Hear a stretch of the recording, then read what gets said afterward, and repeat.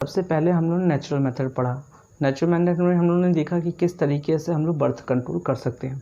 अब हम लोग बात करने वाले हैं बर्थ कंट्रोल, लेकिन किस मेथड से? बैरियर मेथड से। यानी बैरियर मेथड का हुआ कि स्पर्म किसी भी तरीके से ओवम से फ्यूज़ ना कर पाए। इन दोनों के बीच में अगर हम कोई बैरियर लगा दें तो उसे हम बैरियर मेथड कहते हैं।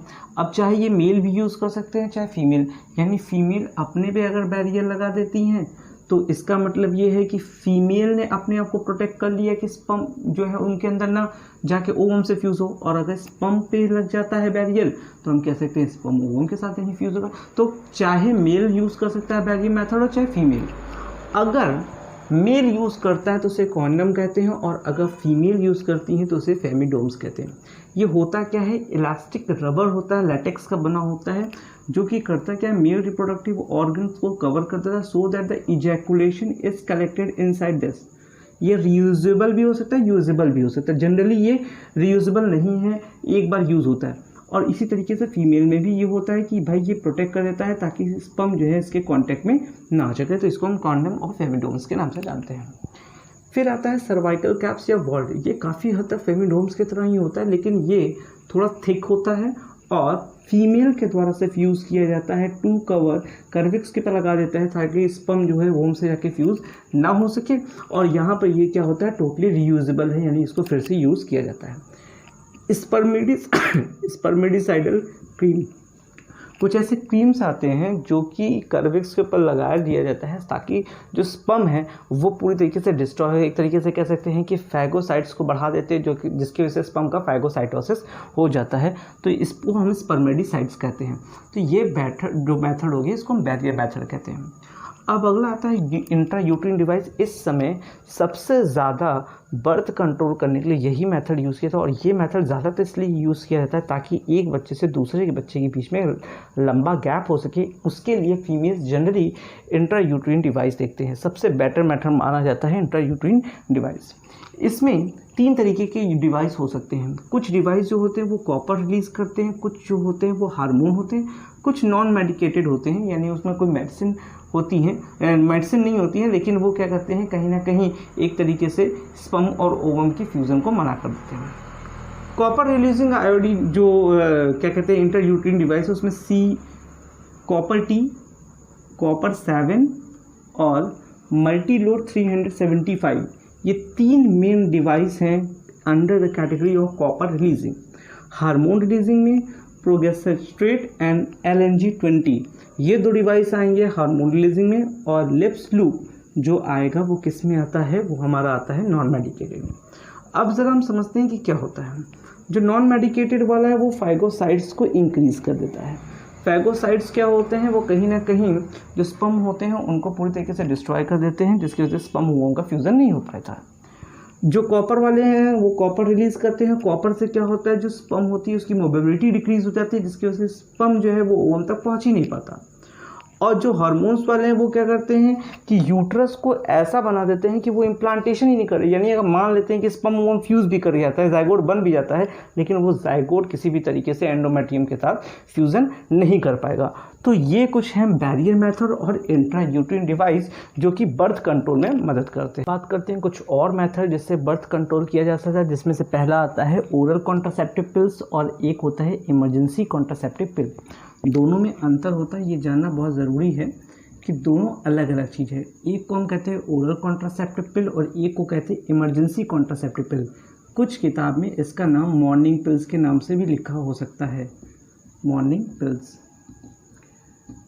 इसके साइड इफ़ेक्ट बहुत ही कम है और इसके साइड इफ़ेक्ट काफ़ी ज़्यादा होते हैं। समझते हैं ओरल कॉन्ट्रासेप्टिव पिल्स और इमरजेंसी कॉन्ट्रासेप्टिव पिल्स क्या होता है। जो ओरल कॉन्ट्रासेप्टिव पिल्स होता है वो फीमेल्स जो होती हैं वो महीने के जैसे 28 दिन का महीना होता है तो 21 दिन खाना होता है। 21 दिन तक वो गोली खाते रहती हैं। वो गोली में जो होता है या तो प्रोजेस्टेरॉन का मात्रा होता है या प्रोजेस्टेरॉन और एस्ट्रोजन मिला के होता है। ये जनरली क्या करता है कि या तो ओव्यूलेशन को अल्टर कर देगा यानी तेज कर देगा, या तो ओव्यूलेशन को रोक देगा, क्योंकि सारा केस तो ओव्यूलेशन पे। अगर ओव्यूलेशन रोक दिया जाए तो भी एग नहीं बनने वाला है, और ओव्यूलेशन को तेज कर दिया जाए तो एग बना होगा तो वो बॉडी से बाहर निकले। तो यहाँ पर यही होता है। और 21 दिन तक इसे खाते हैं जब, और इसे तब तक खाना रहता है, मतलब 21 दिन, 1 महीने का अगर मेंस्ट्रुएशन साइकिल के हिसाब से देखा जाए तो 7 दिन तक नहीं खाना है। कब नहीं खाना है? 5 दिन, तो जिस दिन ब्लड आया है वो 1 दिन उसके पहले और 1 दिन उसके बाद तक नहीं खाना रहता है, यानी लगभग 7 दिन नहीं खाना है। बाकी 21 दिन तक तब तक खाना है, यानी उतने महीने तक खाना है जब तक जो फीमेल हैं वो नहीं चाहती हैं कि अब जाके जो जाइगोट का फॉर्मेशन हो, या हम ये कह सकते हैं कि वो एक बच्चे को जन्म दे सके। तो ये बात होती है ओरल कॉन्ट्रासेप्टिव पिल। ओरल कॉन्ट्रासेप्टिव पिल का जो सबसे बेहतरीन एग्जाम्पल है वो मालाडी है, जिसको जनरली गाँव में आजकल सरकार जो होता है वो फ्री में देती है। लेकिन इसका एक छोटा सा साइड इफेक्ट है, क्योंकि ये हार्मोनल है तो इसके अंदर स्टेरॉयड कंपोजिशन पाया जाता है, और स्टेरॉयड कंपोजिशन काफ़ी हार्मफुल होता है। या आगे चल के अगर इसे बहुत लंबे समय तक लिया जाए तो कहीं ना कहीं ये एक ऐसा माहौल क्रिएट कर देता है जिसकी वजह से फीमेल फिर आगे चल के कभी भी प्रेग्नेंट नहीं हो सकती है। तो इसका इस्तेमाल सोच समझ के करना चाहिए। दूसरी बात, लेकिन अब इसी चीज़ को CDRI जो होती है, CDRI यानी सेंट्रल ड्रग रिसर्च इंस्टीट्यूट जो लखनऊ में है, उसने एक ऐसी दवा बनाई है जिसके अंदर जो स्टेरॉयड है वो लगभग ना के बराबर, उसका नाम है सहेली।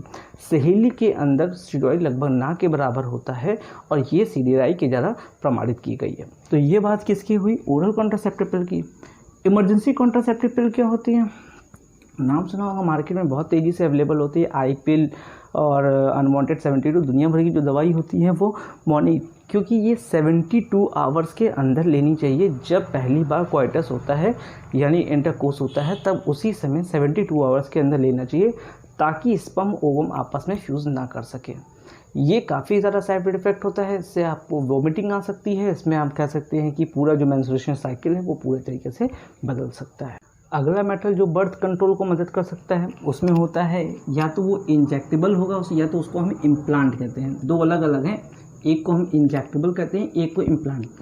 इंजेक्टेबल को हम एक नाम दिए हैं डिपो-प्रोवेरा, याद रखना है डिपो-प्रोवेरा।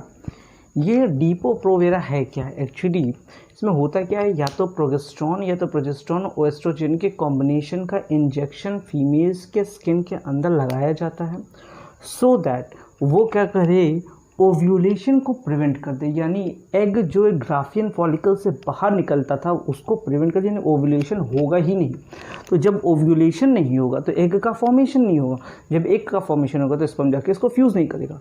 तो इसमें डिपो-प्रोवेरा में प्रोजेस्टेरॉन और एस्ट्रोजन नाम के हार्मोन्स के कॉम्बिनेशन के इंजेक्शन लगाए जाते हैं।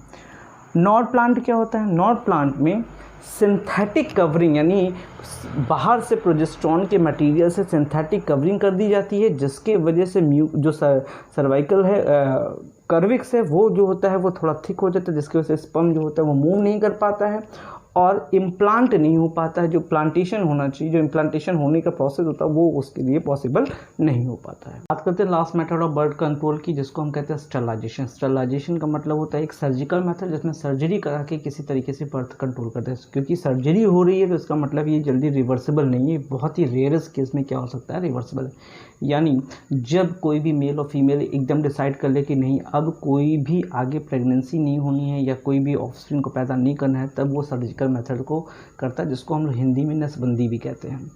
सर्जिकल मेथड में होता क्या है कि जो मेल हो या चाहे फीमेल है, ये दोनों में हो सकता है, चाहे मेल अपना सर्जिकल करा के करे और यह फीमेल में। अगर मेल का केस होता है तो इसको हम कहते हैं वेसेक्टोमी। वेसेक्टोमी में क्या होता है, जो वास डिफेंस होता है उसको या तो काट दिया जाता है, दूर कर दिया जाता है, या तो उसको गट्ठी बांध दी जाती है, so that the sperm can not travel. जो स्पर्म जो होता है वो ट्रेवल नहीं कर।